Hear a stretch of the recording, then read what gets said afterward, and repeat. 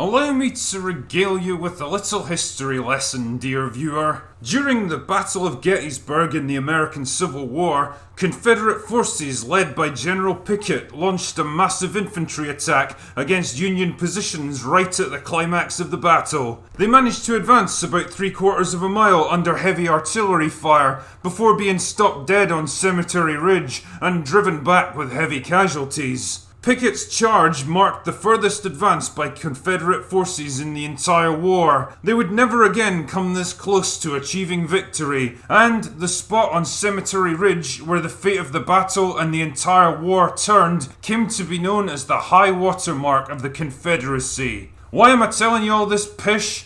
Well, because in the cultural civil war playing out across the digital battlefield of the internet 157 years later, I do believe we may have just witnessed the high watermark of the woke armies in comic books. The furthest point of their advance, beyond which they can go no further. Feast your eyes upon the artistic extravaganza of Wonder Woman 1984's new cover.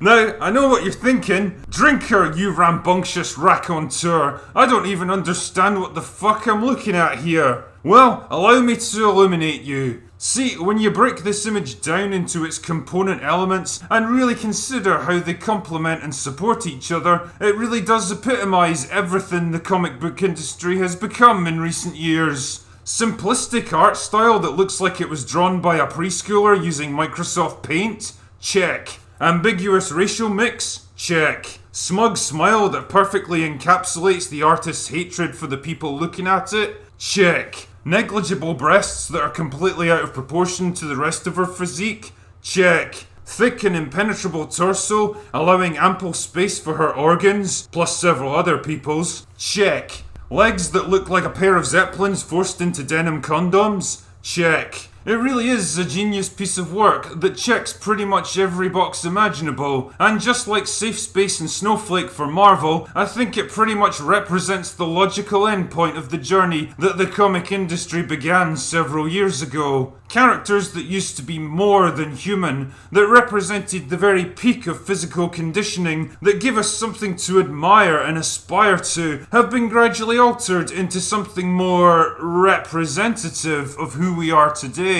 Stories that used to be about mighty warriors battling terrifying villains, or dark and edgy anti-heroes wrestling with the conflicting sides of their natures, have been watered down, neutered and homogenized so that nobody can ever be offended or intimidated by them. Not even Daniel Kibblesmith. Like I was intimidated by, Night Thrasher who had a blade coming out of his wrist. Timeless, universal themes and ideals like heroism, sacrifice, loyalty, betrayal, friendship and rivalry have made way for far more interesting and relevant concepts like partisan political lectures, feminist lectures, mandatory diversity training, and of course, removing anything that could be seen as problematic. Artists and writers whose only goal was to tell interesting and compelling new stories in the most stylish, imaginative, and high-quality way possible have been replaced by a new crop of creative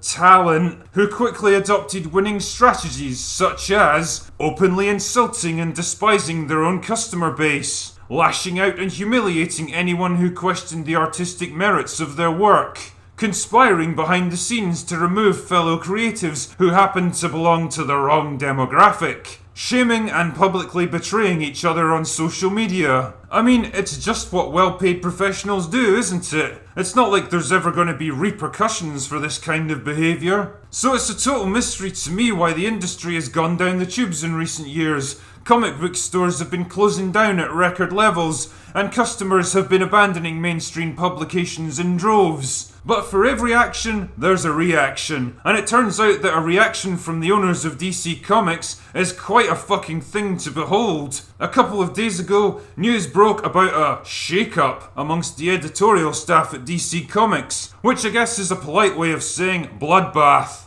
See, while Marvel have all the money in the world to prop up their comics division, no matter how badly they do, Warner Media don't have that kind of luxury. DC Comics is expected to be a successful business in its own right, and it turns out that releasing garbage products that nobody wants to read, degrading and humiliating popular characters simply to generate controversy online, hiring political activists who openly despise their own audience, and each other, and see comics as simply a platform on which to push their own agendas isn't the best way to make money. Who knew? Life truly does come at you fast, and never more so than when your business consistently fails to make money and actively drives away its own customers. If only there was some kind of proverb about financial returns being inversely proportional to the degree of wokeness in a company's business strategy.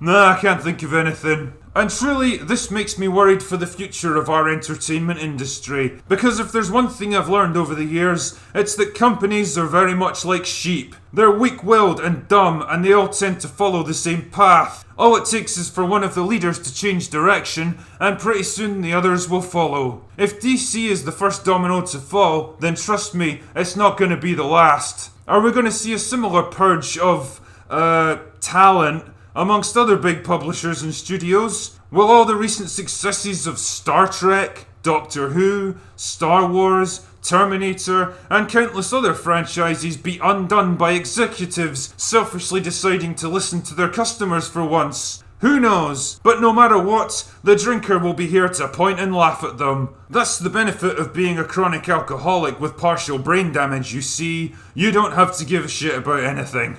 Anyway, that's all I've got for today. Go away now.